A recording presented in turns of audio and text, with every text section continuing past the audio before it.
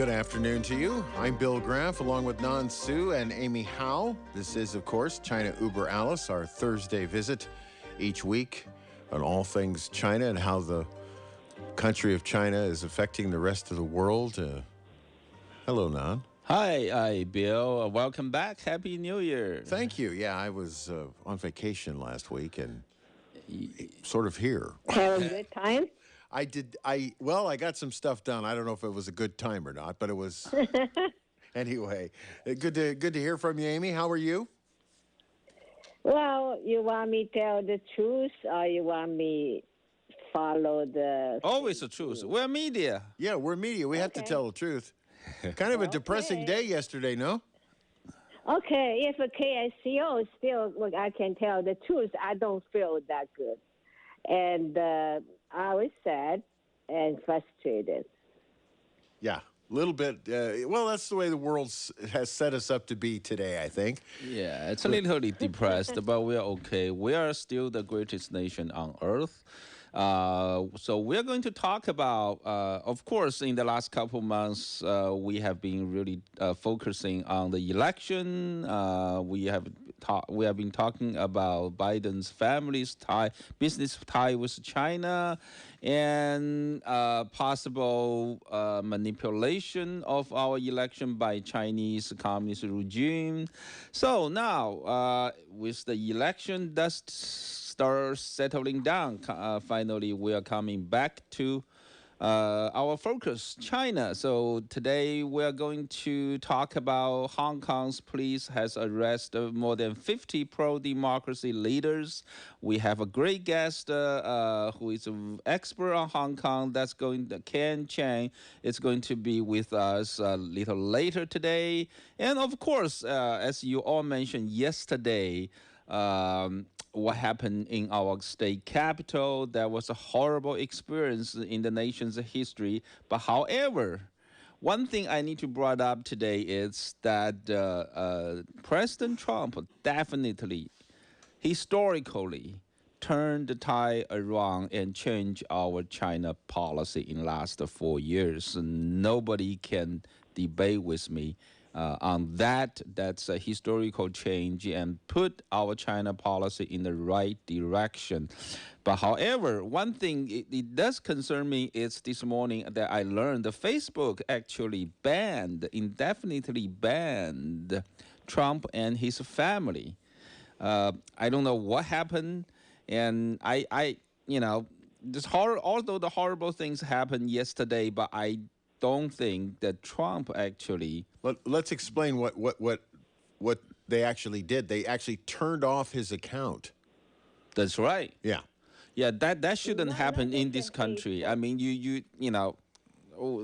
that's a freedom of speech. If president doesn't have freedom of speech, then no one else's freedom of speech will be guaranteed. So we'll talk about that on the second hour, and then we'll talk about a bunch of other things. But first, it's our Amy's exciting story. Amy spent more than a decade of time in re-education camp during the Cultural Revolution under Chairman Mao. So Amy's usual segment, it's always here enlighten us. So Amy, what are you going to bring to us today? Today, yes. Yesterday, actually the day before yesterday, yesterday 2 a.m. in the morning, and I received a message from China, Shanghai, and it's kind of interesting. It said that tomorrow you will see historic show in your country, and we always wanted to learn, Hollywood, to produce a Hollywood star movie, Las Vegas show, and but this time you will see the show tomorrow in your country, and which was very similar in my country. Is that the early morning of yesterday or today? Yeah, yesterday. yesterday when we Whoa. started. It's 8 o'clock, you will see it. And it was a script by Chinese. And that means, we was pretty much similar in their country was always talking about the election, talking about the bigger decision. January 6th, the whole world was looking for that. So that's kind of implications. Basically, it's kind of laugh at us. That's your so-called democracy. That's going to be your favorite freedom of the speech. And so, I woke up, I read about, I didn't even, because it's about 5 o'clock East Coast, right? So 2 o'clock in here. So until 8 o'clock, maybe a little earlier, so we'll see what's happening in the Capitol. So anyway, after yesterday, and I really did some soul searching and clarify, and for 68 years, my life, and for especially recently, and we are participating with the current movements, and do we really doing something wrong? Did we do something right or wrong? And what is the freedom of the speech? What is the propaganda? So I really researched that and think about all the experience I have. So I want to talk about that. And today's story. I told the last couple of sections, my stories, say that, 1969, I went to the labor camp re-education program. So 2019 will be 50th anniversary. And so the CCP, and they organize a celebration and asking everybody in the movement to write a memoir and to publish a propaganda book. It have photos, the stories, and basically the title will be Never Regret. So it's not to think about whether they did it wrong and the things, just tell the truth, right? It's just still for their political purpose. And so that's what we call propaganda, right? So in my life, in 30 years in China, my understanding the propaganda, is always the rulers, and they use misleading and tell you lie and to brainwash you and for their political purpose. But things are coming to United States. I think, well, it's different. We don't see we don't call propaganda, and we see lots of advertisement. But all the enterprise, free enterprise for their financial gains to have advertisement. So if you call this, very few is for political purpose. So I was not really pay attention for that issues. And then 2010, I visit Israel, stay in Tel Aviv for a week, and visiting an old lady. She's 100 years old. She told me something really inspired me and made me to think about. I spent 10 years in that labor camp. And she is my late husband's grandfather's student. And she became in Vienna musical conservatory. And she became a well-known concert pianist. And when she's a Jewish, so when the World War II, Hitler coming to power, and so they started this concentration camp. But at that time, they told the people, they totally isolated those people and started this propaganda. Say that yes, they do have a concentration camp, but that they don't call concentration camp. They say that camp where people all live there very, very happy.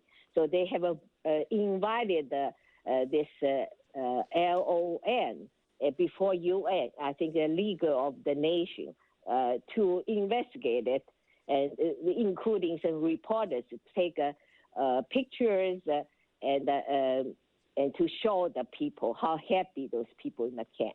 So this lady, she's being recruited because she's an excellent piano concert, a piano player. So they recruit her. Also recruit lots of people, the top performers in the one camp, and make it called a model camp. And so when they performing, they do everything. They told the meeting and told this LON, the organization, for more UN, and they are so happy. No such a thing. And people go to gas chamber and being tortured. Nothing like that. And so she be interviewed. She even speak. They record it, and then take a picture. She performing everything else, right?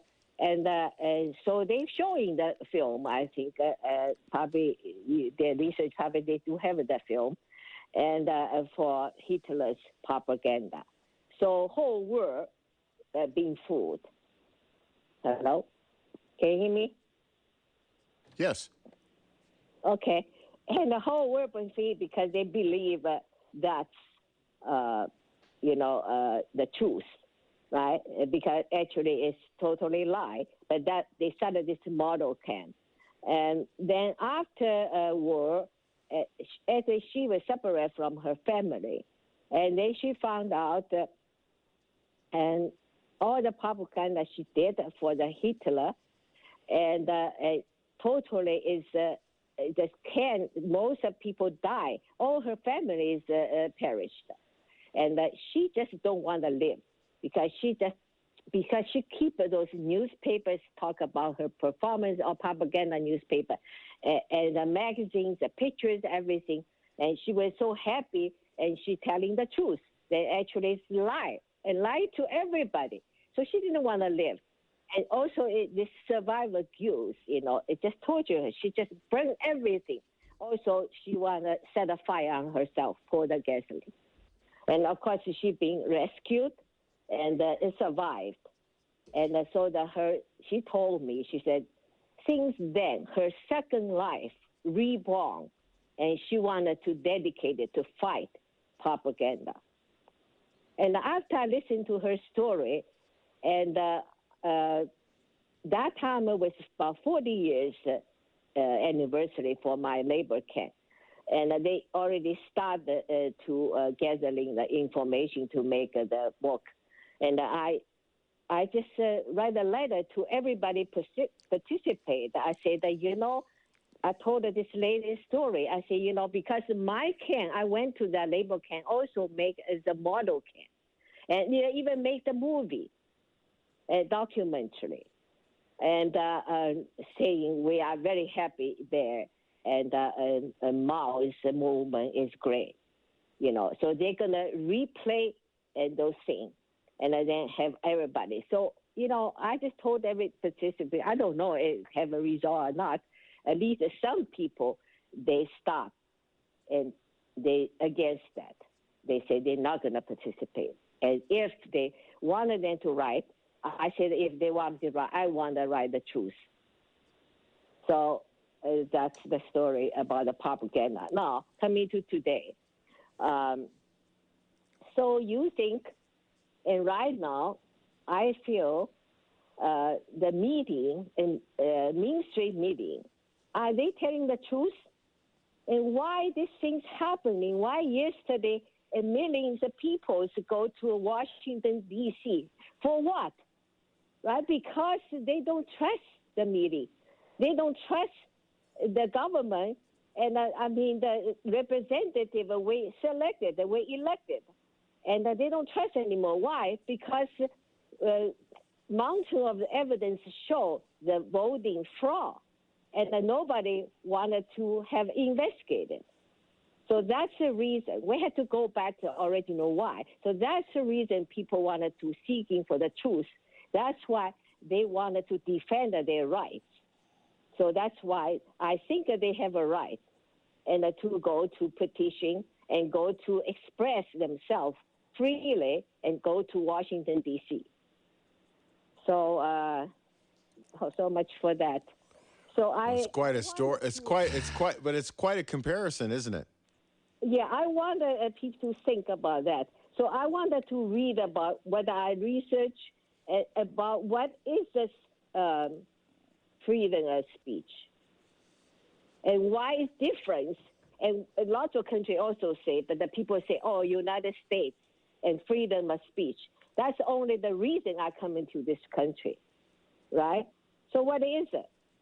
And I think freedom of speech is a principle that supports the freedom of individual or communities to articulate their opinions and ideas without the fear of retaliation, censorship, or legal sanction.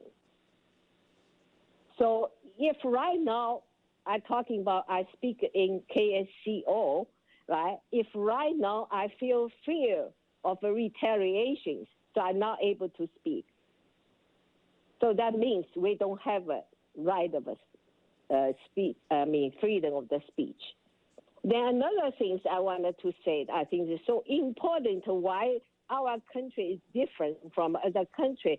We really have a freedom of the speech is the First Amendment guarantees freedoms concerning religion, expression, assembling, and the right to petition.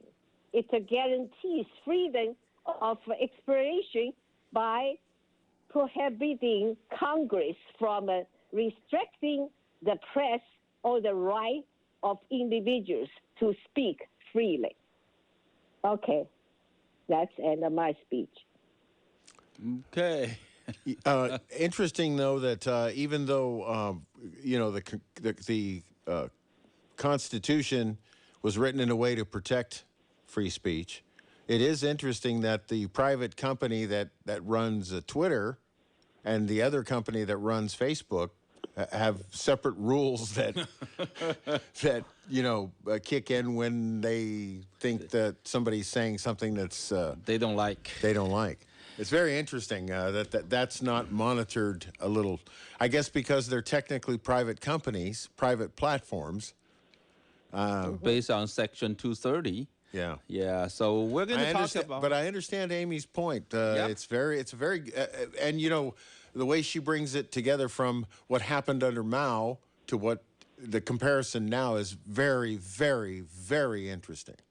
Now, thank you, Amy. Yes, thank you, Amy, for bringing us always this enlightenment. We do have our guest. Ken is waiting. Oh, great, Just great. So you know. You want me to bring him on? Yes. Okay. To our audience, we have a special guest. He's one of the founding members. He's one of the founding members of Northern California Hong Kong Club, which is a Bay Area-based organization focused on human rights and democracy development in Hong Kong and China. So Ken, it's the founding member of the club, and he is a software engineer in Silicon Valley. He was born and educated in Hong Kong. He continued his graduate study in the United States about 30 years ago, and subsequently moved to the Bay Area. It's our honor to have Ken to be with us today. Ken, hey, how are you? Can you hear us? Hey, thanks for having me. Thank you for providing the opportunity to share what is happening in Hong Kong right now. Yeah, we just learned that last week, just this past week, there was more than 50 pro-democracy leaders being arrested in Hong Kong. Was that true? Yes, it happened just Wednesday morning in Hong Kong. Totally, there's 53 Hong Kong Democrat activists arrested under the security law. And basically, what the Hong Kong police claim they are arrested because they participate in informal primary in 2020. So this informal primary, they said, will be against the national security law, and then basically it's an act of subversion of the state. So they basically in the morning, about 6 a.m., they drove about 1,000 police officers to those individuals' homes. So most of them is the candidate. They joined just like similar to in the United States, right? In Hong Kong, suppose last year in September, they have the Nation Council election. But at the end, the government using the excuse of the COVID-19 to postpone it. So the democracy camp in Hong Kong is about 2 months earlier. So it will be July 2020, because Hong Kong doesn't have a formal primary process. So they organize informal primary election. So trying to select the best candidate to compete in this legislation election. So in total, there's more than 600,000. So, but now the government said because the candidate pledged to veto when they get elected, pledged to veto the government's budgets, and also using the law given by the basic law. If they veto the budget twice, there's a tactic can force the chief executive to step down. So that is the way to force the government, Hong Kong government, to listen to the Hong Kong people, to because as everybody knows, right, in the last year, they have a 1 year anti-extraditional movement. So basically, it's trying to block a law passed by, suppose government try to push out to extradite the defendants to mainland China. And also the movement, another long-term goal is trying to push the democracy movement in Hong Kong. So now the government will say, because they're using these not given terms if they get elected, so they will be violating the national security law. That is ridiculous. It is laughable if we look at what a normal practice in the Western democracy. Ken, let me ask you this.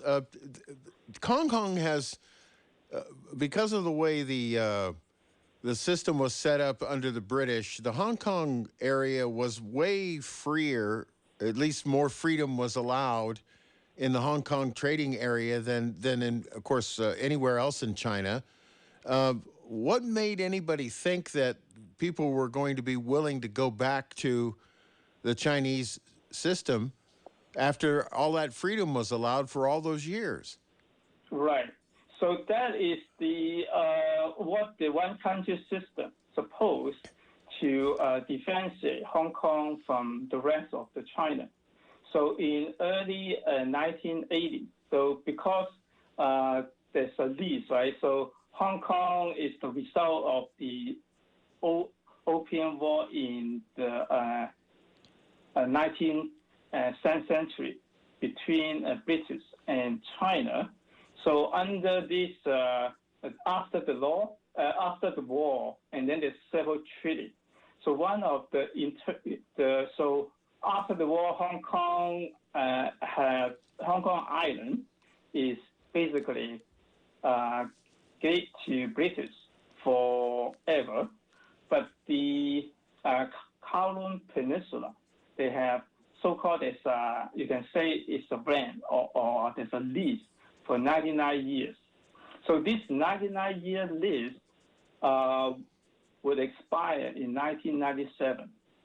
So at that time, so in the early 1980s, so the British government and the Chinese government have negotiated to handle how to deal with the Hong Kong situation after 1997.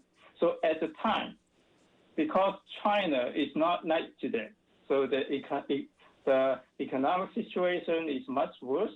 And then Hong Kong at the time, I think the GDP almost is about one third. A tiny Hong Kong is about 1/3 of the GDP of mainland China. So at the time, Hong Kong is very critical to China. So that's after the negotiation, so reached a deal called one country, two systems. So Hong Kong will, as Deng Xiaoping promised, Hong Kong will remain its way of life for 50 years without change. And then as the way of saying what his claim is, only change the fact, the rest is the same. Of course, as we find out now, it is not actually what happened. So, but under the, you can say now it's not one country system. Someone, they say 1.5 system, it's 1.1 system. So it's rolling back to kind of, you can see a lot of this mainland China's way of deal with dissidents, deal with the human rights issue is starting to eroding the Hong Kong way of freedom of speech or the human rights, and also the Hong Kong is never have a true democratic system. But as the last few years of the British rule, there's some improvement, basically. And then for after 1997, also there's some, you can say, very slow pace democratic movement, development. So if you look at the legislation right now, it's kind of a strange system. So there's a 70 seat in the legislature. Only half of them are directly elected. The other half is so-called the functional institute. The functional institute is basically separate into different sectors. And then they have a so-called small circle election. So some are company as the member of the functional institute. So they have very tiny people. You can select the legislator from the functional institute. So by doing that, China or Hong Kong government have a pretty great influence to the half of the legislature. So they can, even though in the Hong Kong's public opinion, so in the, I think the decades of election, you can say, look at after the Tiananmen Square, right? And then Hong Kong, the democracy movement have a great boom. So after the election, in the general election, it's about 60%. About, you can say, 60% versus 40% of pro-democracy camp or the pro-government camp. Mm-hmm. So if the legislature itself is fully elected by the people, so the pro-democracy camp will win and can dominate. But because of this strange structure in the legislature by design, so the pro-democracy camp can never control the legislation. So that is why last year have this primary. The goal of this primary is called the 35+. Mm-hmm. So basically, trying to take half of the seat in the legislation council. So when you have half the seat, and then you can control the bill passage or not. So how many? The headline I've read and the story I read indicated that dozens of pro-democracy figures were arrested in the crackdown. How many people exactly were taken into custody? Do we know? Yes, for this particular incident, starting from Wednesday morning, I think the count so far is 53, and those including one American lawyer. So his name is John Clancy. So he himself, his profession is a lawyer, but he also served as a volunteer treasury of organization called Power for Democracy. So it's one of the organizations they participate in this primary. So Mr. Clancy had been released on bail on Tuesday morning. So far, I think he probably is the first one got released. And then as I checked the message this morning, that subsequently have several of the arrests also get released. But so far, there's no charge. There's no charge? No charge, really? Right. So you basically, that is, you can see from what they draw 1,000 police officers and then release with the charge. You can see this one, they know they may not have merit when they go into the court. They may not have the merit to win, but why they're doing that? So that is intimidating.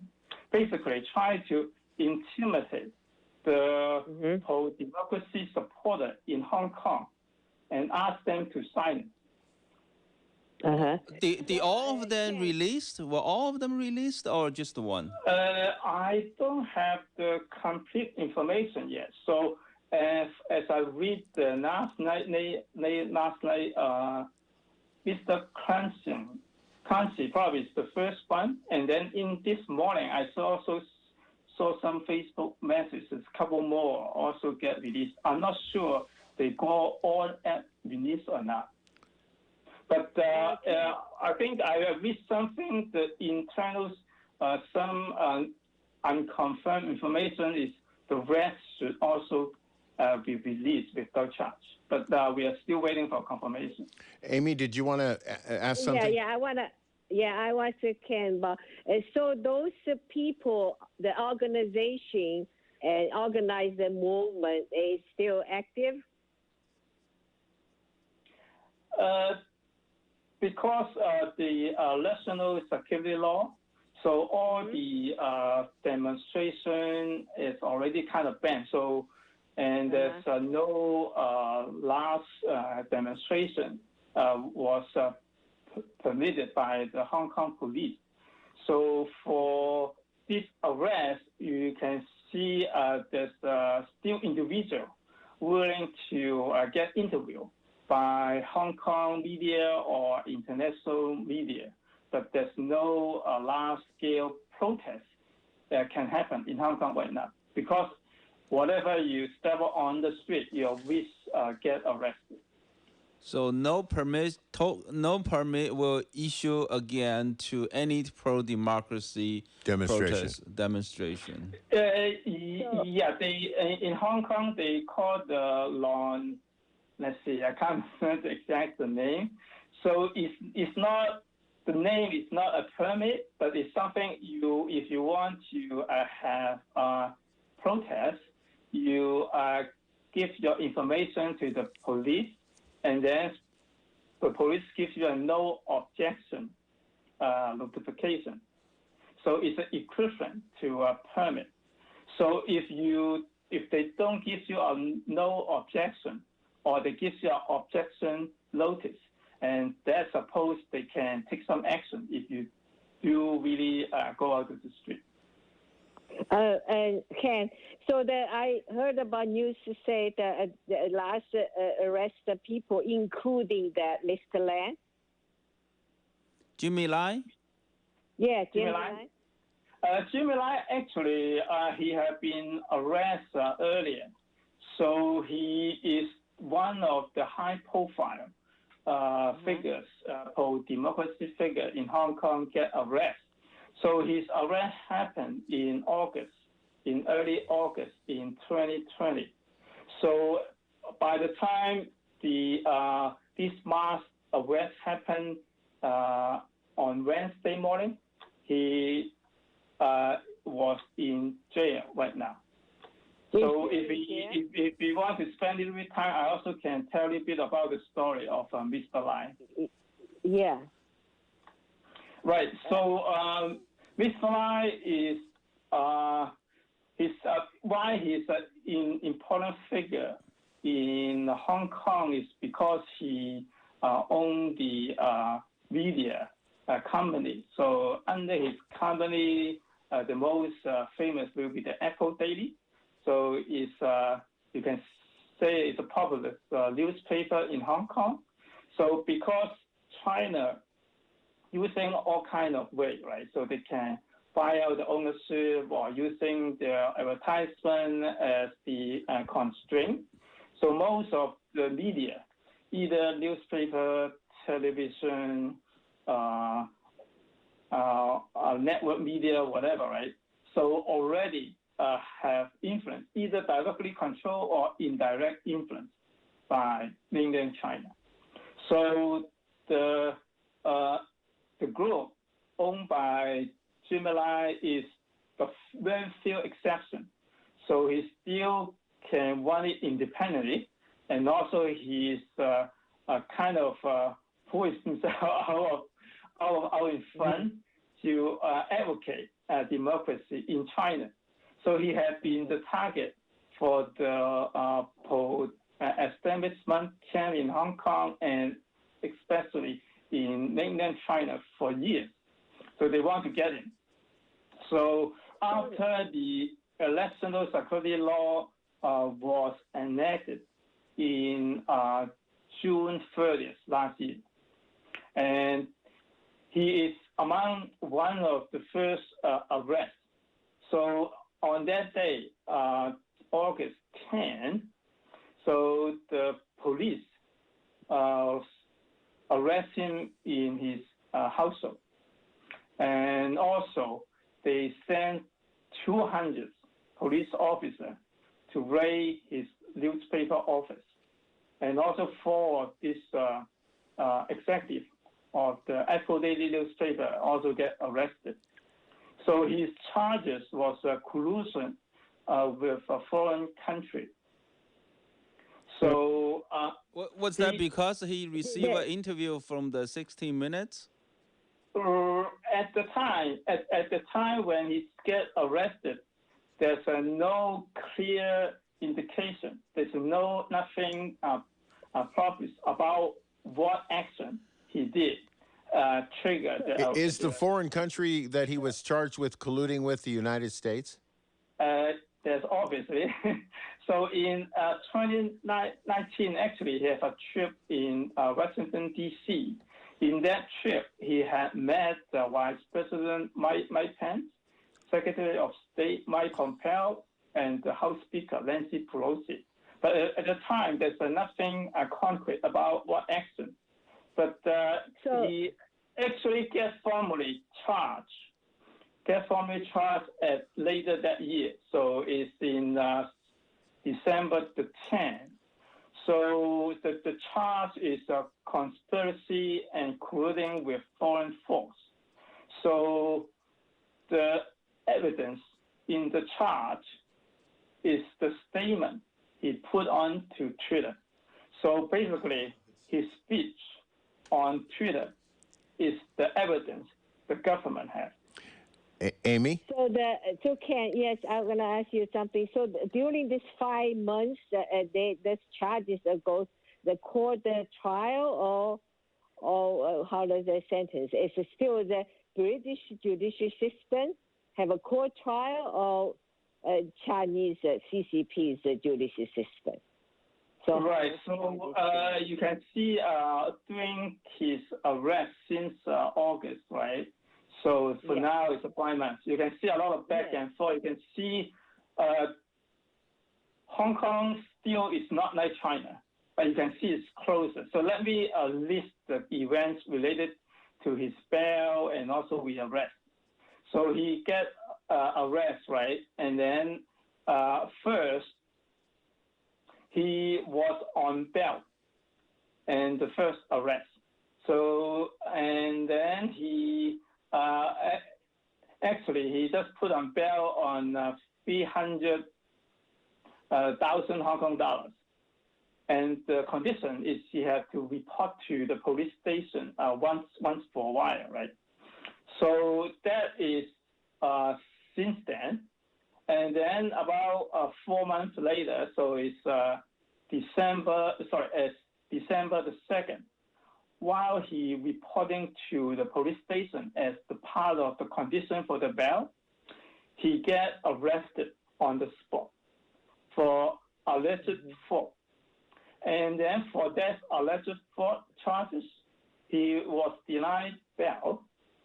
And denied bail, and but because his case in court will be this year, so it's April 2021.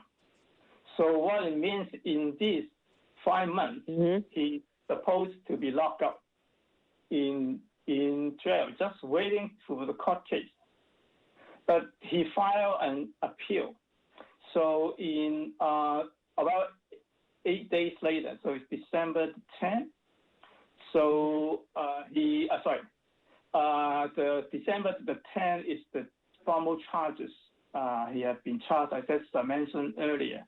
So the evidence they said is the Twitter statement, right? And by the end of the month, so about 20 days later, after he denied bail, he filed an appeal and then granted the bail by the high court. So, and the condition is a 10 million Hong Kong dollar deposit, and also he had to effectively do a house arrest and cannot accept the interview, and also cannot post message and social media. So you can see at this point, you can see the Hong Kong judicial system still is kind of working, but the government doesn't like this appeal result. So the government appealed again.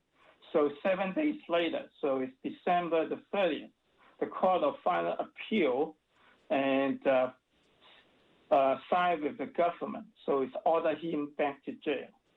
So that is the back and forth. So because his court case will be in April, so in these 4 months, he will still remain in prison. So basically, he's still in Hong Kong prison, right? Correct. And then are they going to take him to China to try? Or what the trial would be a Chinese judicial system or what? There is some Beijing politician advocate for that because we don't know yet. It's a possibility because the national security law has a provision say there's a certain case is so-called important to the national security, they can move the child into mainland China. But because his case hasn't been here in court yet, so we don't know what's going to happen at this point. Ken, is there some sort of precedent as to the punishment for what he's charged with? Do we know what the possible punishment would be? Because the national security law is just enacted in the later of last year, so there's no exact case like what he was charged.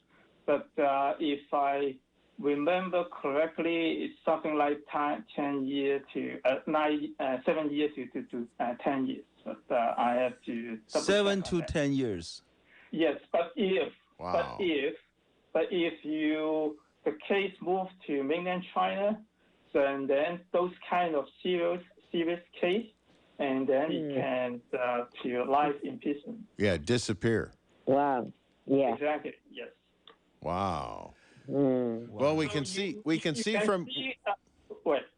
from your retelling of what's happening in this particular case, which is just a horrible description. But we've learned then that things are not progressing in Hong Kong the way most Hong Kong residents would prefer. Obviously, freedom of speech is somewhat curtailed, and it's not changing anytime soon, is it? Right. So I think Hong Kong, in terms of this human rights condition, is moving to the wrong directions. Yeah. So the total the anti-extradition movement, why it was draw 2 million Hong Kong people protesting on the street, is exactly we don't want the Chinese judicial system move to Hong Kong, or we don't want Hong Kong people is sent back to China to subject to the kind of mainland China judicial is controlled by Communist Party. There's no judicial independence. But unfortunately, it's the movement, you can say at this point, is failed. It's not only we cannot stop the erosion of this human rights situation in Hong Kong, it's on the other hand, on the contrary, it's accelerated. So you can see some people think of not because the 50 years of this one country system, right, will expire in 2046. So you can say the current situation in Hong Kong probably even worse than what people will think would happen after 2046, a couple years ago. Wow. So the situation is not good. So this may I is ask just you? the beginning, right? Go ahead, Amy. May I ask you one more question? And the Hong Kong citizen right now, they're still free to convert their money to US dollar or transfer money out of the country or not? I think so far there's nothing changed on that aspect. So it's not like China has this foreign exchange control. You cannot move a certain amount of money out of China, right? I think Hong Kong does not have that, but I think it's more like it's the laundry, the money laundry aspect is the government or the watchdog, the body is looking for right now. But that is for the people, not under charge. For the people, they get arrested, and also some of the people get exiled out of Hong Kong. Hong Kong government does instruct the bank to freeze the assets. So that I think also including some of the people get arrested on Wednesday. So are they freely can use the social media in Hong Kong right now? That you can say depends, right? So it's still not like China yet. If you post something on social media, the next minute you have a police storm in your house. This is the China situation. But Hong Kong, we haven't get into that yet. But if you look at the charges for Mr. Jimmy Lai, right? So their evidence is the post he put on Twitter. So you can see you potentially, right? So if I live in Hong Kong, if today I have a tweet and say, okay, because Hong Kong government violate the human rights, and then I appeal to the U.S. government to sanction in China. If I'm doing something like that in Hong Kong, I will subject to the same thing as Mr. Lai. Thank you so much, Ken. It's great to have you and to tell us what's happening in Hong Kong. Please keep eyes for us. And from time to time, we're happy to invite you back to our program to talk about things happening in Hong Kong. Thank you so much for spending time with us. Thank you. Okay. Bye. Bye-bye. All right, we're going to take a quick break. We'll be right back on China Uber Alles. Well, we're just about done with this hour. We will be back with hour number 2 of China Uber Alles for today. Don't forget to visit our website, ChinaUberAlice.com. Sign up for the newsletter and learn more about our program. We will continue after the network news covers what's going on around the world on KSCO Santa Cruz.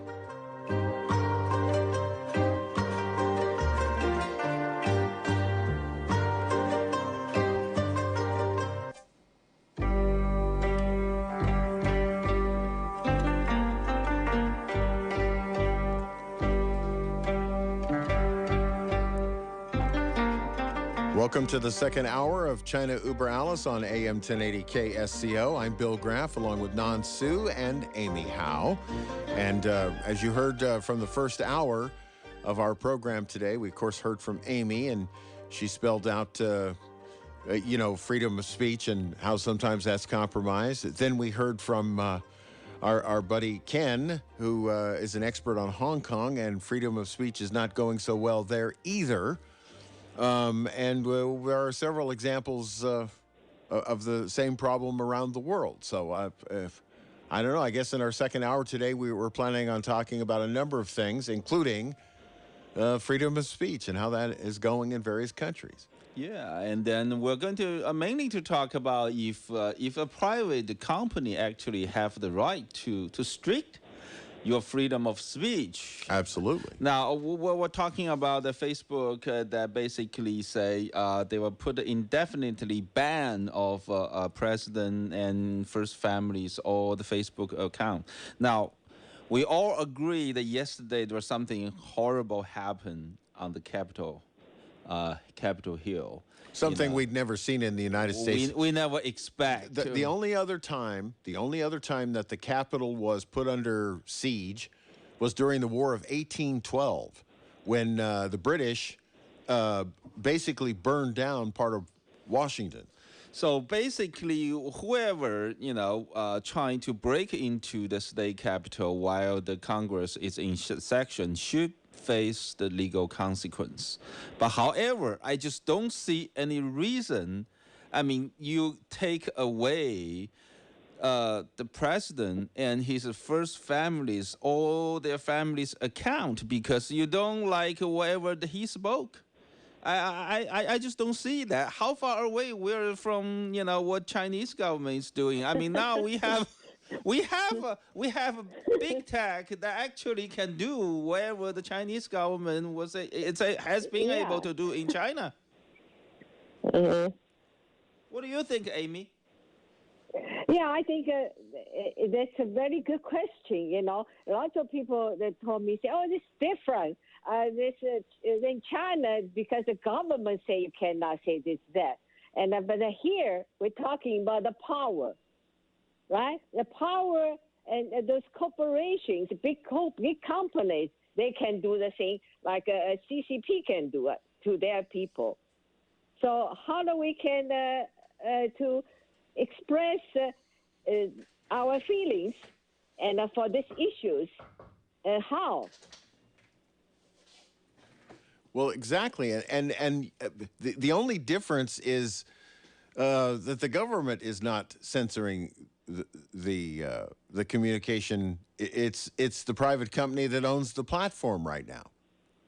Well, I was thinking about something. For instance, we have a telephone line before the internet, right? So I don't think a telephone company would listening people's conversation say, "Hey, you say something wrong. I don't like it, so you cannot use my telephone. Shut it down." Did it ever happen before? Maybe. I don't know. I think the only time that's ever happened might have been under government direction way back in the day. But FBI or something, they tag it, But they still, nobody say you cannot use the line, So I believe the platform should be just like you can use that. How can they have a right to not to let you to use it? Yeah. Yeah. Well, we're taking phone calls at 479-1080, 479-1080. And we have a phone call waiting to talk to us. That's Dick in Santa Cruz. Dick, you're on KSCO on China Uber Alice. Yeah, it's me again. You're the only guys I call, so I feel some relief when you're on Thursdays. Thank you. Yeah, what happened? Yeah, I agree with Amy and you, because what happened yesterday. Yeah, I'm really surprised that the Republicans in Congress at the time were under discussion of election violations or possible fraud or possible election review or audit, possible changes to our election laws, addressing the exact reason why there were 250,000 people outside. And then they basically gave up and condemned Trump. I mean, if this doesn't sound like Chinese elitists, I mean, they're so narcissistic and egotistical that they cannot even consider the peaceful 250,000 people out there, mostly middle-aged or older, from all over the country, trying to get some relief from a corrupt media, a corrupt Democratic Party, a corrupt Supreme Court. Everybody talks about how, he had 30, 40 cases and they've all been reviewed or considered or... Well, they've been not considered. They were all dismissed from most of those courts, yeah. Exactly. That's exactly my point. We were at the pinnacle of some type of... There was a constitutional crisis on the floor at that moment. And they had to stop and consider if the electoral college needed an audit, needed a review, needed to be looked closer at. Nobody has looked and studied closely at this whole issue. And then the spineless elitist rhinos came back. Everybody joined. And I know what's going on. What's going on is they think they're better than thou. A few guys got in. They're probably Antifa or nutcases, and they should be punished for that. But seriously, and I did hear from Colonel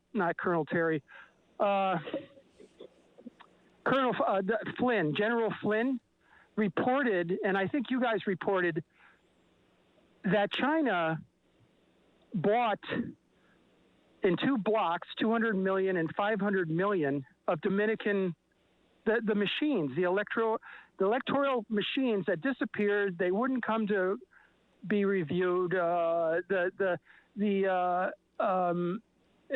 machine has a trace. They wouldn't give up the traces. They obfuscated. They didn't come to meetings, and China owns them. And 95% of our election is based on those machines. Now, if there isn't damn corruption going on here, and if it doesn't, and we're going down the road, I hate to say it now they own everything. Be ready. The hate laws are going to be expanded. I mean, they're going to cut off KSCO radio because I'm talking on it right now. I mean, seriously. Dick, I said something last night that I really believe. I said something on another radio program last night, and we had a lot of discussion about what happened last night. Yesterday in the news, of course. Sure. And I finally said, look, we're going to have 2 years where we don't have a federal election we have to deal with for 2 years, right? Mm-hmm. And in those 2 years, boy, we would do ourselves a gigantic favor if we revamped how we elect people. If we that's off the table. If we fix the system. Yeah. No, that's off the table. Why would it be off the table? I'm sure there are enough Republicans in Congress that want to get it done. I'm sure there are enough Democrats that want to get it done. My gosh, they blew such a chance to get some attention to this.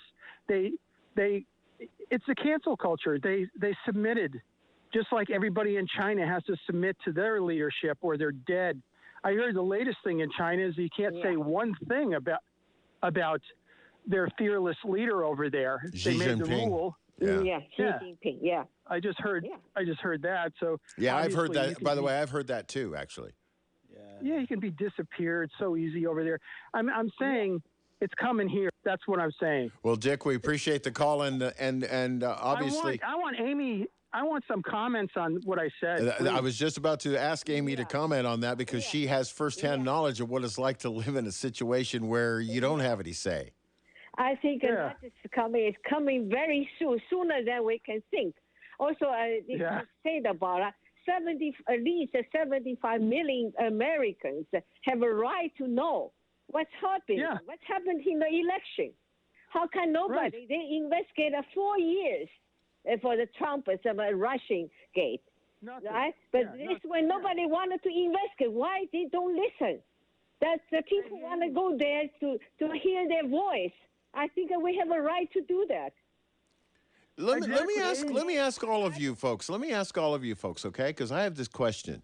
After watching what we saw on national television last night and yesterday afternoon, and we saw that it's now possible for this sort of thing to.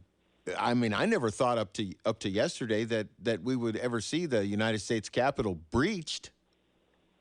By a mob. Nobody thought they would steal election like they maybe did, Bill. So maybe what we ought to take away from this is a giant wake-up call. Yeah.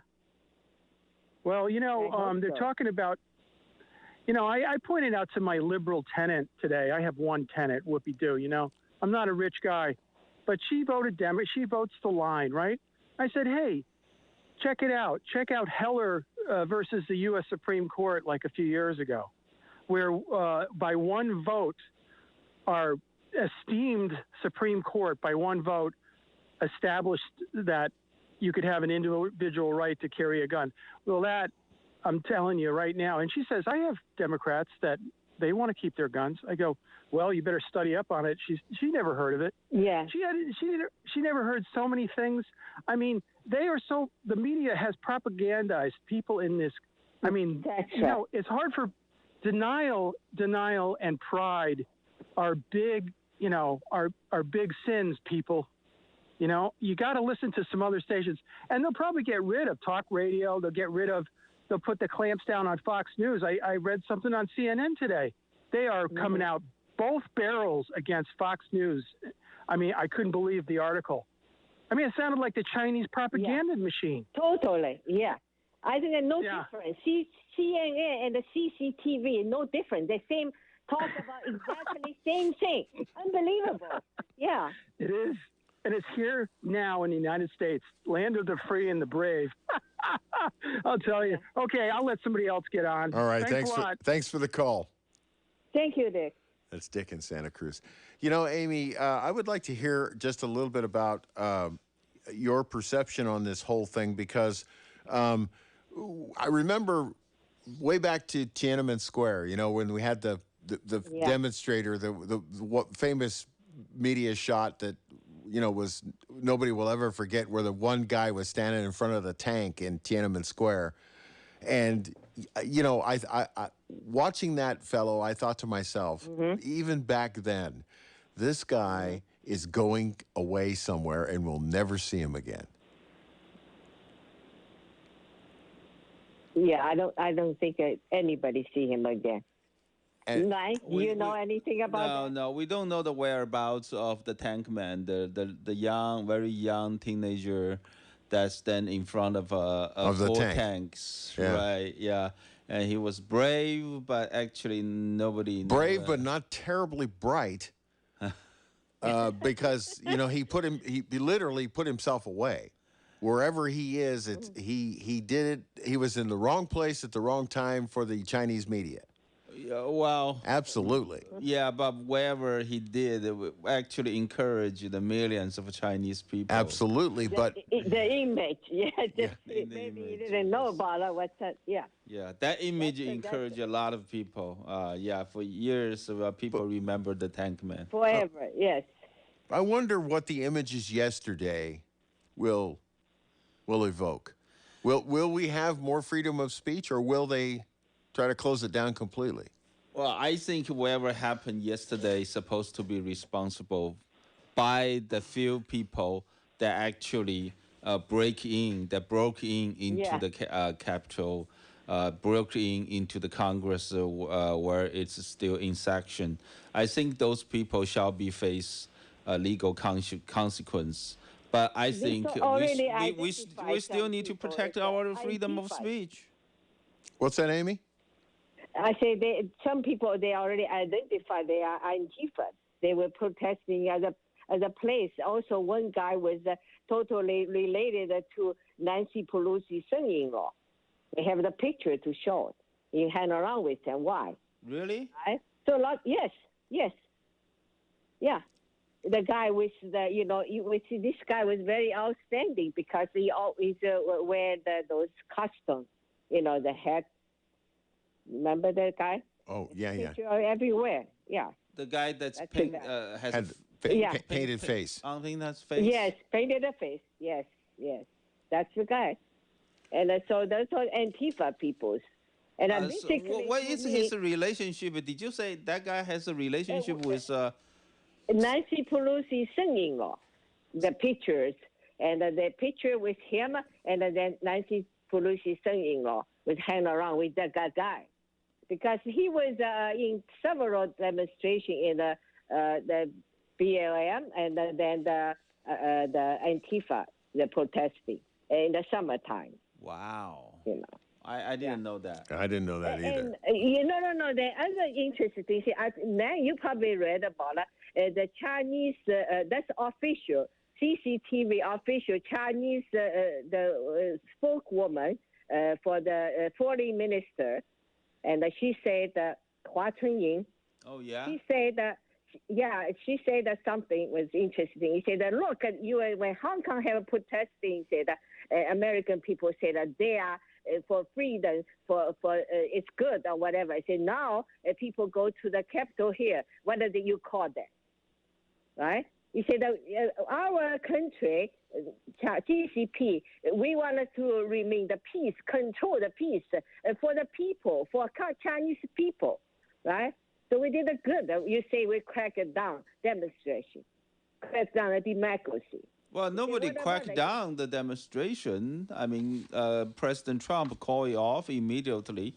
I think as a political leader, if you can draw people out to the street, you should be able to, and you're responsible to send them home with safety. And Trump did it. So I think that was not the Trump, and the other people in the Hill afterwards without the Trump because they want Trump out from yesterday, right? Well, no. Trump published a speech ask people going home, right? Yeah, but he did that. I think the reason why some of the media are so angry with how it went down was he told people to go home in the recorded statement you're talking about, but he did that after he had the rally where he revved everybody up, and I think that's what the. Well, I think in the rally he didn't. He's just basically. Well, he said we're never going to give up. Yeah, of course they're never going to give up to find out what's the reason for all the irregularities happening in the election, right? I think we deserve, everyone here in the U.S. deserve an answer. Well, I think around the world, look. Let me say. But not the congressmen, not the lots of congressmen and the senators. They think we not deserve. They think we disturb the democracy. We try to destroy the Capitol. I don't know. There's lots of people's speech. They say that. Condemn the people, Trump supporters. Condemn the rally. Condemn the protesters. Well, I think our right of speech. I think the people that should be condemned are the people that breached the Capitol building. The Capitol building. I think those are the main people we need to condemn. Are the people who broke windows and there was that horrible scene. I don't know if you folks saw the picture, but it's inside the House of Representatives. The room where they all meet, and they had a big desk up against the door, and four guys, obviously the security guys for the chamber, were pointing guns at the door, and anybody that came through that door wasn't going to make it. You know, they were going to shoot him. I mean, that's I saw it was a scary, scary photograph. Yeah, yeah, lots of that was Antifa horrible. people there. That was horrible. Yeah, Hey, I think whoever breached the security line and got himself into the Capitol building need to face the legal consequence. But You know, however, something- you know we should the reason we have this legal consequence to charge those people is we want to protect people's freedom, right? and protect our leaders. I mean, we elect these You know, people. very interesting is how can they know that's going to happen? How can they don't have even normal security? Right. That- I've been to the Capitol good question. here once, 2016. I went once. I tell you, the security is unbelievable. You can't even close. Yeah. And every day, I went there 3 days for lobbying the post office reform. And every time I go to different buildings, it took me 2 hours to go through the different security. Very good point, It's Amy. normal, yeah. But why yesterday was not there? I don't understand. Very good He point. knew what's going to happen. Yeah, something was really fishing. I don't know. Yeah, that is definitely fishy. Hey, I want to invite folks to call and find out what you think about some of the things going on in the news. For instance, Chinese billionaire Jack Ma, very famous fellow, Alibaba's former CEO. Yeah. has not been seen for more than 2 months in public. Where is Jack Ma? He's established one of the most famous companies in the world. He's a billionaire. Yeah. Where did he go? Like Who did he Chinese who did he version, make like, angry? Well, I heard that he was he criticized Chairman Xi. That's my question. That's the answer to my question. Yeah, who did he make angry? He really criticized. He used some of the bad words to criticize Chairman Xi, and because Chairman Xi stopped his new baby, the new company, from being able to IPO. Right, that's called Ant Service. It's a Ant, financial, it's a financial, financial service. Now, obviously, Chinese communist regime's leader realized you can't have all these private business owners to own all the banking service, all these financial services. Because that's a big part need to be controlled by the central government. So obviously, then, even to the casual observer, it looks to me as though this is a way the Chinese government, the Communist Party, is sending a message to anybody who thinks they're too big to fail, so to speak. That's right. This guy was a billionaire, and he has not been seen in public for 2 months. I heard that one news, somebody sent me that news. I think it was block the number, the website, saying they interviewed him. They say he was house arrest in Hangzhou, and they don't let him out. Basically, it's house arrest. I heard that still alive. all his passport. alive, they say. Yeah, I heard all his passports were taken away, so Yeah. they are trying to preventing him from leaving China. Of course, look, let me just point this out. If you're a billionaire, Once you leave the country, you're free. Yeah. You can go anywhere. yeah, exactly. Anyway, now that's one story in the news about China that's kind of scary. Here's the other one that caught my attention. China vowed on Saturday, this past Saturday, to respond to the delisting of 3 telecommunications giant companies by the New York Stock Exchange because of an executive order from the United States government. Now, because those are 3 giant Chinese companies. Those are all state-owned companies. We all know the names like China Unicom, China Telecom. What was another one? Was it Huawei? No. No, That's the new one. the Huawei are pretty new. Those are the state-owned companies. China Telecom, China Unicom. There's another one. China Mobile. China Mobile. Okay, so now all Yeah. 3 of these giant companies have been told by the New York Stock Exchange, sorry, we're going to delist you.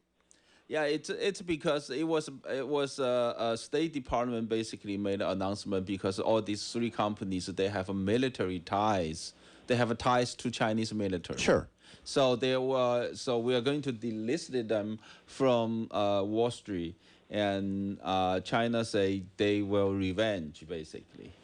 Well, yeah, that's what I mean. So now China has publicly stated, the CCP has publicly stated, we're going to retaliate against you delisting these companies from the New York Stock Exchange. Now, I don't know what retaliate means to the Chinese, but I know what retaliate means in standard American English. Bad things, they're going to try to do bad things to us. To American companies. Yeah. Well, I think that American companies should consider to decouple their business from China. I mean, if you put yourself listed in Hong Kong stock market, you probably going to get screwed by the Chinese Communist regime, right? Now, Chinese government, they can do whatever they want to do to these private business owners. So for example, we just talked about Jack Ma. Right. Jack Ma basically announced back in September of 2018 that he's going to leave his post as a CEO of Alibaba a year from that time. So basically, by September of 2019, he's going to say, "I'm going to quit." And most people don't know why he's going to. I mean, think about if you are a CEO of the world's famous company, why are you going to quit? Why do you want to quit if you're still young, you have a lot of energy? Why do you want to quit? Now, a lot of people do not understand this. Ever since the later part of 2016, China's start with this kind of so-called mixed reform. They try to, it's to try to invite private business owners to invest and to innovate the public-owned companies, because all the public-owned companies that are owned by the regime, it's going bankrupt, right? They lose tons of money. They cannot sustain, and so they try to get money from the private business Investors. investors, right? So you have to make something to attract the investors, right? If it's investors, meaning you invest money, you have a return, right? Yeah. But the problem is, number one, when they invite all these private business tycoons to invest their money to the public entities, number one, they don't.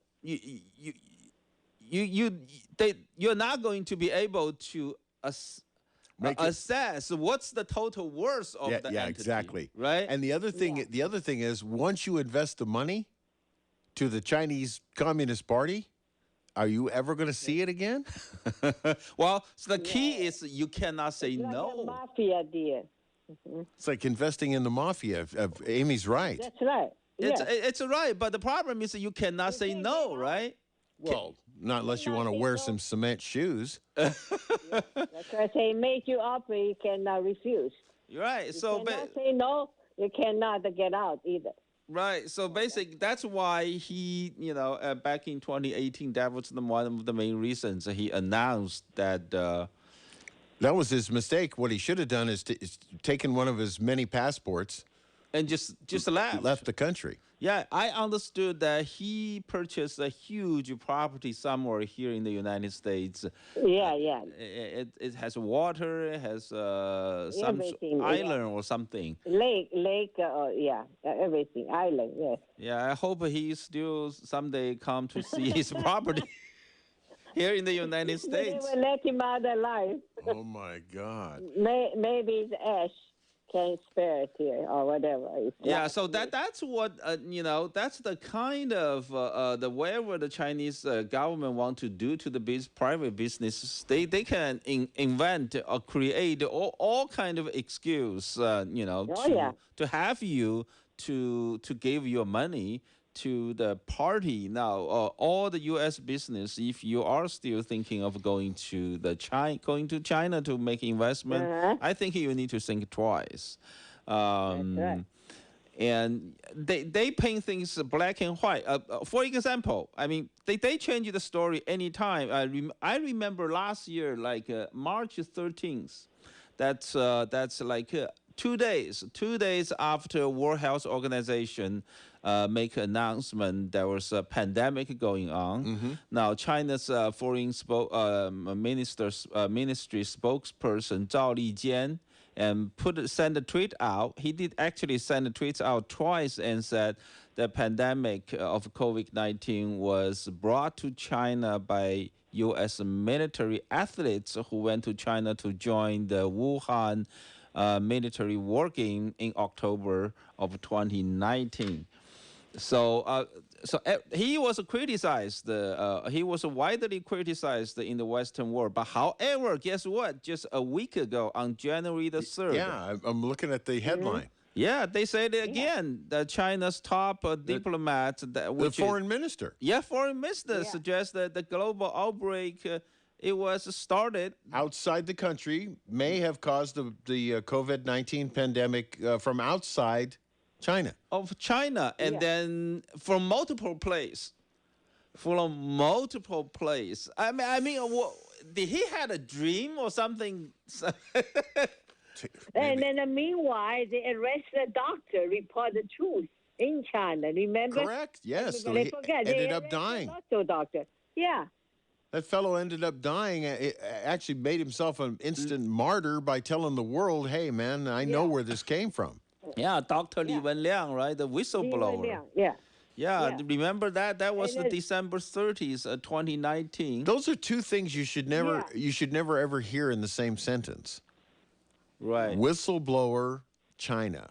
In the same sentence, because that's not a good outcome for the whistleblower. That's right. No more. And then a bunch of reporters, they reported about the truth, how this outbreak. Remember, they are arrested. Yep. Right. They are all arrested. Right now, people already forgot.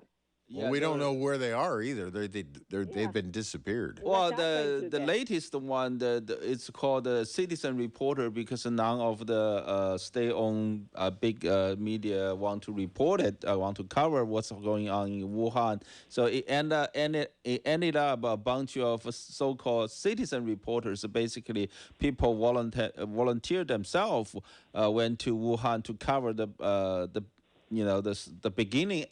A stage of the pandemic, so they ended up in jail, and then it was just a couple weeks ago, right? One of the lady was citizen reporter, 4 years, sentenced to 4 years. 4 years. 4 years in a very, very, very bad place.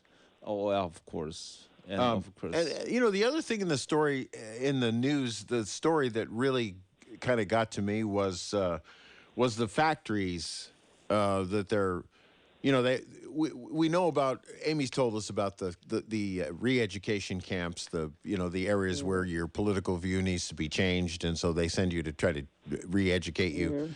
But now apparently there are factories being built right next to these re-education camps, and observers have long warned about the rising forced labor, which is taking place in places like Jianjiang.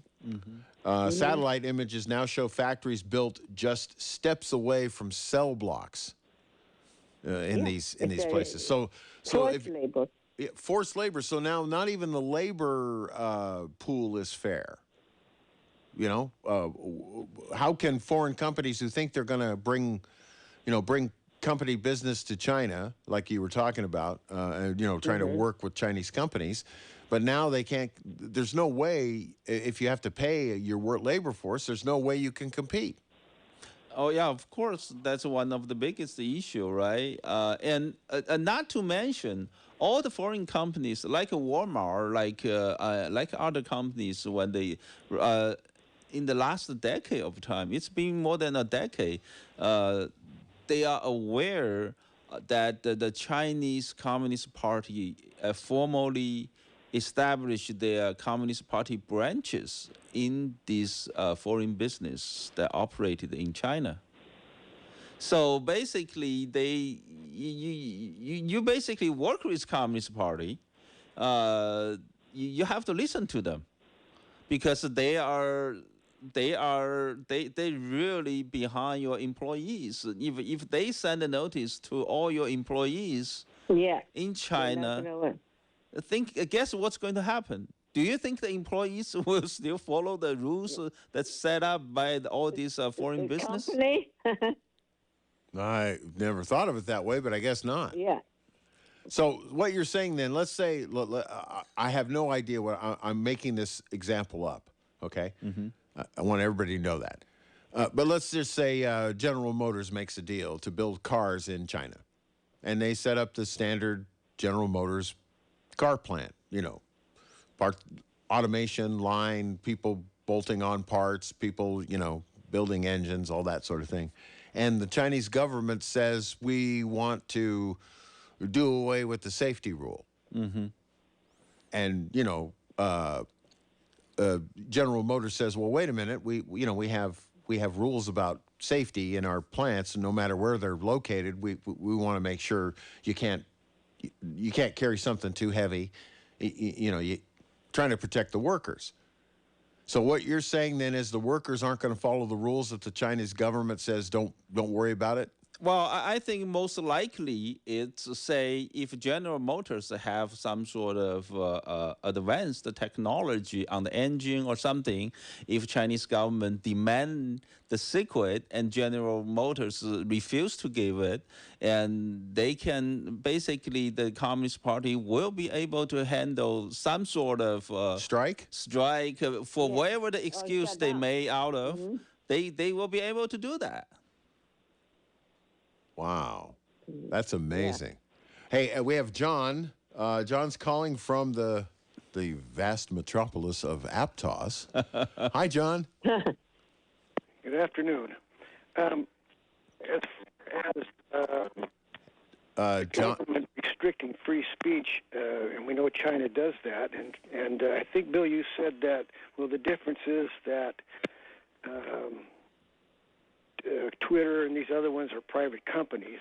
They're restricting it. But if the government is compliant, then in essence, they're also guilty of restricting free speech. You mean so if the government doesn't step in and say, no, you can't do that, you can't restrict free speech, then they're culpable as well? I would think so. That's a court case right there, I think. You might be, John, you might be right about your point of view, but it sure sounds like that would have to be adjudicated in court, because I think not stopping someone is different than actually stopping someone. Well, I think our government is actually absolutely responsible to change the Section 230. I mean, this just gave too much leeways to all these private company, big techs, to censor our freedom of speech. I have one other thing, Bill, if I can. Go ahead. Yeah. As far as I think they were referred to that young man, a tank boy, to say that he was not too bright is really a sad. We shouldn't say that. Well, no, I said that facetiously. I'm sorry. I understand being corrected on that, and I'll take responsibility for being an idiot by saying that. What I meant was, for his own safety, he did not conduct himself in a way that would make sure he was going to be safe, because you just knew, looking at that picture, that the Chinese government was going to remove him from sight. Yeah, but he disregarded his own safety. True. It would be like take back our Revolutionary War. These poor guys were out there tromping in the snow, no pay, no food, no shoes. Would we say they weren't too bright? Oh, no. And you're absolutely right to call me on that. I freely admit I was wrong. Okay, thank you very much. Thanks for the call. I knew when I said that I was probably going to get myself in trouble. and I'm glad somebody called me on it, because when I said it, I'm saying this facetiously. Most everybody will get it, but the guy actually became the symbol of the movement. Yeah, you were correct. Mm-hmm. He did actually inspire a lot of people around the world. Amy, I hope I didn't interrupt you. Did you want to say something? No. You go ahead. I just agree with what you said. The thing about this whole look, we have a shining example of what we never want to see when we look at China. It's a shining example of how they operate that we just don't agree with. And when we talk to Amy, when we talk to you, when we talk to other people who've grown up under the communist regime in China, we should really pay attention to what you're saying about how bad it can really get. It is true, and it is true now. And when it gets bad, it's really fast. It gets bad. Yeah, there's no the accelerator goes down pretty hard. Yeah. Yeah, and that it does make you wonder. It makes me wonder. Like this fellow who started Alibaba, made a few comments about the Chinese president, and now we haven't seen him for a while. Yeah. This guy's a billionaire. He's not a Yeah. small time player in China. It makes you wonder how many people have crossed paths unpleasantly with a lesser official somewhere in China where, like Amy's told us several stories about these people that she's dealt with that, could easily ruin your life. Oh yeah, it is. If things are happening in China, you definitely have no freedom and you can't get out. You're basically just trapped. And go back to the companies.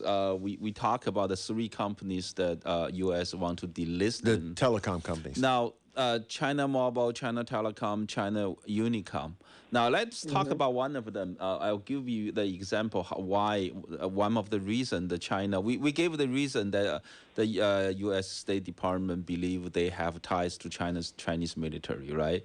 But like talking about China Unicom, I'm not sure if you know, China Unicom, it's the company that made and set up all the internet connections in North Korea. Oh, really? Yeah, that it's the I didn't company know that did it. Honest to God, I didn't know, and I'm not being facetious. Honestly, I didn't know North Korea had any internet connections. Well, they did, and they have had it for a long time. I mean, China Unicom of the companies built it for them. Yeah. Only their dear leader can use it, not the people, right? Well, I don't know that. I don't know how many people were able to get onto the internet to. I don't think they're allowed to have a cell phone. Well, I know that they only have one frequency, one radio station in the entire nation. It's like the kind of like a radio host. There is no such a thing in North Korea. North Korea, There's but no Rush dear Limbaugh in leader- North Korea. Yeah, dear leader can watch YouTube. He say so. Oh yeah, of Yeah. course. Probably that's why. Yeah, you can watch anything. He can watch whatever he wants to watch. Well, I think he watches a lot of basketball. Oh yeah, Yes. Yeah, Oh, yeah. he's a for big sure. fan, apparently. Yeah, he is. And What- obviously, he's seen The Apprentice. What do you think, Amy? I think that this China Unicom, this company, and also China Mobile, and the one is they all state-owned company, and so it's actually for a long time. I don't know how long they be in the stock market already. For a long time, it should be forbidden there. I don't know. Just started now. Yeah, you think it that- just delisted on the December 30th. Somehow they So this last took it month? back. They say they're going to let them continue listed, and then they just announced. I think yesterday they still decide to delist it. Delist him. Yeah. So why? So you think? I think we should watch out those things and see. Probably very soon they're gonna be relisted again. Yeah, well, I hope not. I That's hope one not. of indication. So if you think our China policy will changing or not. Well, I hope that I definitely hope that our China policy for the last 4 years will not change. I mean, all these companies they come here, they take U.S. investors' money. I mean, think about that. All these three companies are really they are the state-owned companies, pretty much. They call it the private company. It's not. Well, you know what I would really like to see is I don't know that cutting trade off completely is a bad idea, but I think we should enact strict espionage laws. Right, espionage. That's it's industrial one thing. espionage. You know, stealing our government secrets and stealing our company secrets is just, man. You know? Yeah, that's one thing, espionage. And also, all these companies, if they serve China's military, Yeah, we shouldn't deal with we it. shouldn't have them come here to invite U.S. investors to Yeah. go to China to invest on them, right? Too late. Yeah, I that think you're Amy still in might be the right. La La Land. Amy might be right. Impossible. I think we should get up and not still sleeping the La La Land. Everything business as usual. Go back. It's impossible. Everything gonna revise back to the before 4 years ago. Okay, you will see it. Well, I just really feel sad if you things go back to 4 years ago that a lot of U.S. manufactured job would be lost. Yeah, I'm not as pessimistic as Amy is. I'm a little more optimistic that we can put put some controls on it and keep some of that. But Who gonna do that? well, I think Biden gonna do that, right? well, I don't know if Biden's going to do it, but I think certainly there are members of Congress who share the same point of view on this that you do, Amy, and that Nan does. I think that certainly our military advisors to the to the government at all levels are going to say, look, this is a bad idea. We don't want we don't think you should trade with China Telecom. We think that's a really bad idea. And also think about this. We need to. I think we really need to impose the very strict rules on auditing, accounting, auditing on all these Chinese companies. Well, boy, that's considering all the money the United States has put out recently on various things. I think a really giant audit is a good idea. Yeah. Well, but by the way, so far that has not been really happening. Well, tell me about it. I understand that, but I'm thinking we're getting to the point. I mean, don't you agree? We're getting to the point where a giant audit is really a good idea. It's an excellent idea. It's not good idea. It's an excellent idea. It's something. It's a necessary. Well, we've been printing money like crazy and not really accounting for it. I think we should start accounting for it. I think wishful thinking. Well, wishful thinking. Well, okay, Well, Amy, you might be Amy. right. I hope that happens. And Well, Amy is pretty pessimistic. I hope we don't go back to the olden days that we don't even able to make manufacture mask for ourselves in this country. Man, don't even go there. yeah. All right, listen, we're almost out of time. I'm going to take our last commercial break. We'll be back to wrap up the show in just a moment here on China Uber Alice. User-Friendly Computing is Santa Cruz County's top-rated IT service and solutions provider since 1993. Here's why. Service and repair. Whether it's hardware or software, servers or a workstation, we'll fix it or find you a new one. Managed services. Optimize and protect your infrastructure with 24/7, 365 proactive monitoring. Cloud solutions. Cloud IT is the future of small and medium business technology management. Website design. Engage customers and grow your business with tools to update your own content. Backup and recovery. Ensure business continuity with a comprehensive backup and disaster recovery plan. And finally, security and compliance. Advanced security systems help protect your data and keep your business up and running. There's only one place to go for all your computer and IT solutions, User-Friendly Computing, 505 River Street in Santa Cruz. Give Peter and his friendly staff a call at 831-423-9653. And be sure to tell them you heard about it on KSCO. Hi, folks. This is Stephanie from Ben Lomond Market. We're a family-owned and operated full-service market here to meet all the needs of you and your family, offering old-fashioned meat department, a full-service deli with homemade hot and cold quality selections for breakfast, lunch, and dinner, freshly baked cakes, cookies, breads, along with locally baked gourmet goods. For those looking for a special dietary need such as gluten-free or sugar-free, we have it. A full assortment of conventional and organic fruits and vegetables, gourmet cheeses, local wines. We also do catering. Let Mill Street Catering Events take care of all of your food preparation. Local people, local products, a family tradition since 1946. Engelman Market store hours are Monday through Sunday, 8 a.m. to 8 p.m. Our senior shopping hour is on Wednesday morning from 8 a.m. to 9 a.m. Thank you for shopping with us at Engelman Market.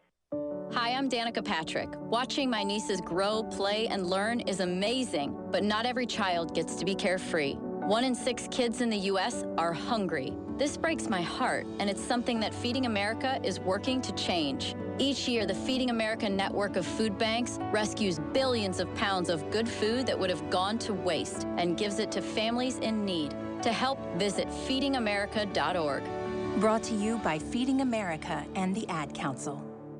Starting January 9th, Think Local First is going to 2 hours every Saturday from 2 to 4 p.m. Think Local First is a driving force in supporting our local businesses, and now we want to be that driving force with an hour extra having local public figures telling us what's happening in your community. We'll continue to bring you all the information on your favorite local business in town, and remember, Think Local First every Saturday from 2 to 4 p.m. starting January 9th on KSCO Radio AM 1080 or live at ksco.com. Think Local First.